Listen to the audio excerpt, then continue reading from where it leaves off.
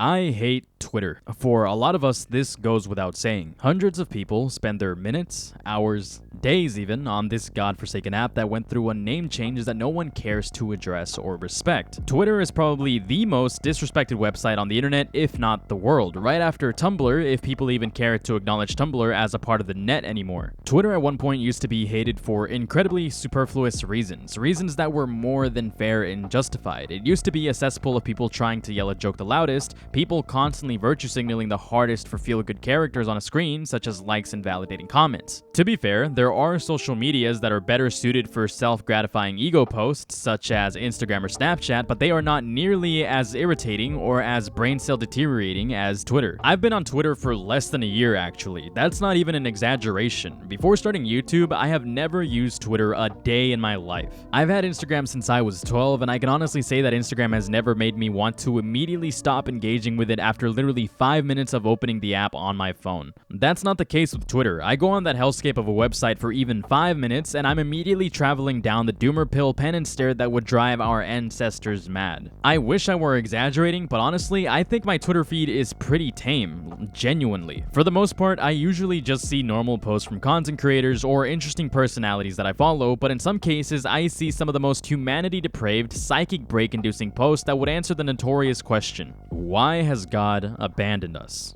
This is why. Twitter encapsulates and houses some of the most deranged and mentally lost, rare instances of human degeneracy known to man. And it's available at any moment to remind us that some of us are more lucky than the poor souls who genuinely think it's okay to go around defending porn addiction and misinformed political streamers as if these things were the second coming of Jesus Christ. And that's just coming from my perspective. I've heard, read, and seen claims from multiple people in real life and on Twitter exclaim just how terrible their feeds can be, and I'm inclined to believe them. The newest PDF allegations by breakfast, some weird schizoposting conspiracy that turned out to be true by lunchtime, and then real-life snuff films from somewhere in Europe by dinner time. I would be lying if these things haven't crept in my timeline here and there based on reposts and suggested accounts. Twitter is truly a place you can take a glimpse at, and you're immediately staring at the abyss, only for the abyss to not just stare back at you, but grab you by the neck and take all of the oxygen out of your brain. And if you so happen to get a somewhat bearable Twitter feed, on the rare cases that it may happen, the inevitable is only delayed, but only to be replaced by the newest weekly trend that'll make you wonder if you're the only sane person on this planet. Today, it's look between X and Y on your keyboard. Disrespectfully, I think some of you should go outside and look at the fucking sun. Scroll past the fluff that no one cares about to finally see an interesting post, trending even, look at the comments to maybe see what others are thinking, some might even share some interesting elaboration to the post at hand only to find that it's incessant engagement spamming. Either bots, advertisements, other accounts trying to make viral posts, or the infamous God, I hate e-thoughts. They are probably the worst plague when it comes to inundating replies with the most unwanted, unnecessary, father figure missing, attention seeking, intelligence deprived replies of all fucking time. I mean, look at this shit. And yes, we all know exactly what it's for. It's so that horny losers, creeps, and pedophiles. Anyways, it's for a specific target audience, let's just say that, so that they can get followers and engagement for the sake of advertising their OnlyFans. Unfortunately, it works, so there's no stopping them. It's an unsolvable problem. It's not like you can outright ban these motherfuckers anyways. You get rid of all the adult content on this website and make it strictly safe for work, that's pulling a Tumblr 2.0. And don't even get me started on the ads. God, these ads are absolutely fucking horrible. 90% of these ads, I swear, aren't anything useful or engaging. They're either Chinese products, slop copy and paste Android games, or straight up porn. That's not even a joke. Those who know. I will not be showing an example. And the worst of it all are the fucking AI ads that blatantly objectify popular anime characters or real people for all of the degenerate gooners that need to see. AI support on this website is absolutely unhinged as well. It's like every month you see some tech bro who's too high on his own farts push some disgusting replication of humanity as a means to either sell a companion app, claim their art is better, or just straight up make it all porn. There's nothing wrong with AI and the potential utilities we can get out of AI development, but the way it's used by some of these wannabe Elon Musks really makes you wonder if we're evolving in the right path. Speaking of evolution, there's some people on this website that genuinely make me wonder if instead of evolving in any path at all, we're just devolving, because there's just some absolute lunatics on there that just post the most blatant and easily fakest stories of all time. Conspiracy theories that make every YouTube video in 2011 with X-Files music playing over it seem believable. There's strange nutcases out here just waiting to be studied. People like Dom Luker or Matt Wallace. I mean, what even is this? Oprah Winfrey caught on camera participating in disturbing ritual with pedophile cult leader. Actress Charlize Theron and her son. Oprah Winfrey doing a fucking what ritual? What?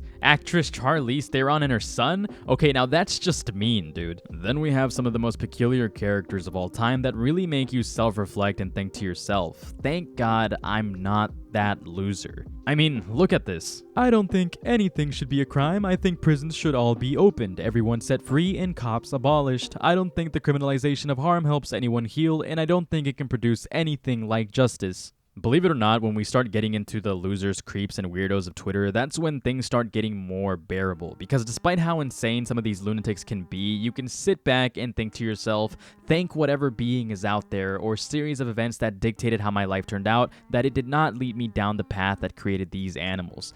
I literally saw this earlier today.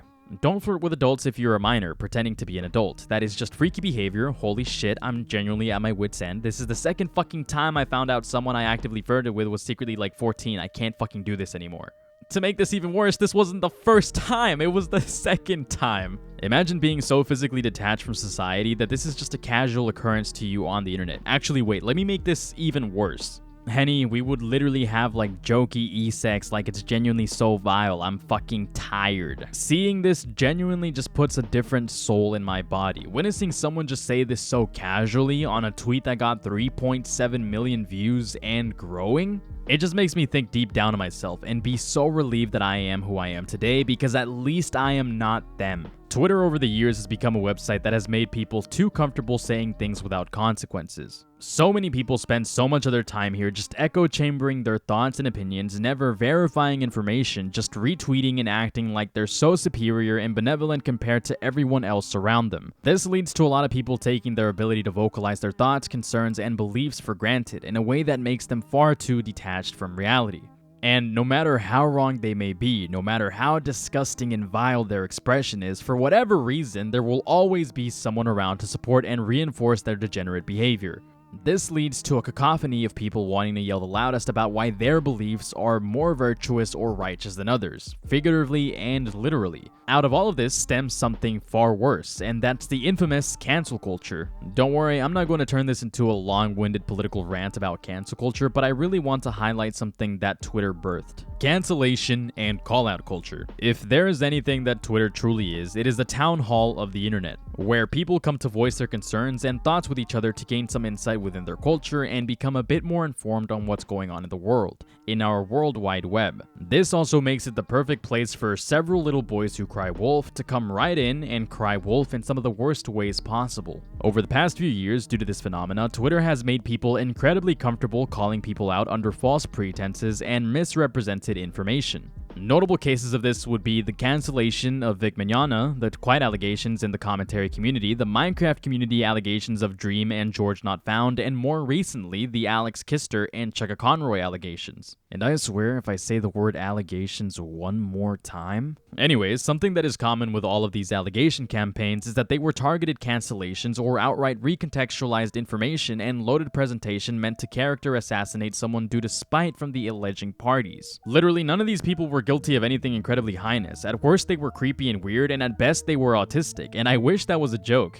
Twitter culture has genuinely brainwashed a generation of people into believing everything and anything as long as it falls within their line of virtue, even if it means that you could actually potentially destroy someone's life in the process. Everyone wants to be a morally gratified person so badly. Everybody wants to present themselves as such a good person that even the smallest thing said in hyperbole will be seen as absolute fact. People will run with these hyperboles and in their own sense of righteousness attack the defending party with absolute vitriol, costing them their careers, their sanity, and in even worse cases, their lives, with the alleging party receiving nothing but support.